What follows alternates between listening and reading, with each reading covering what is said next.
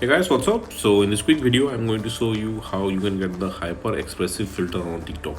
So I'm in TikTok camera. To get this effect, go here. This is the effect gallery. Okay, here in trending section, remember this image on the second row, this one. This is the filter. Tap on it. Okay, you got the filter.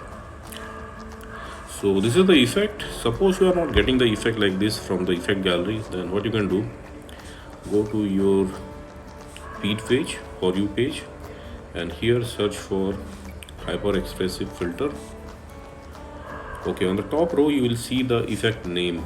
Just tap there.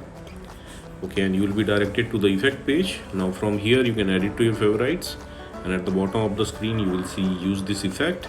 Tap there to use the effect. Likewise, suppose you are not getting the effect like this also from for you page, then what you can do, let me go back. Okay, visit this website. Link to this website I'll give you in the description box below. So here in this website you will see the effect icon. Just tap there. Again you will be directed to the effect page. Now tap on the record button at the bottom of the screen. Okay, and that's it, you got the filter. So that's it guys. Likewise, you can get this effect on TikTok. So thanks for watching the video guys. See you in the next video.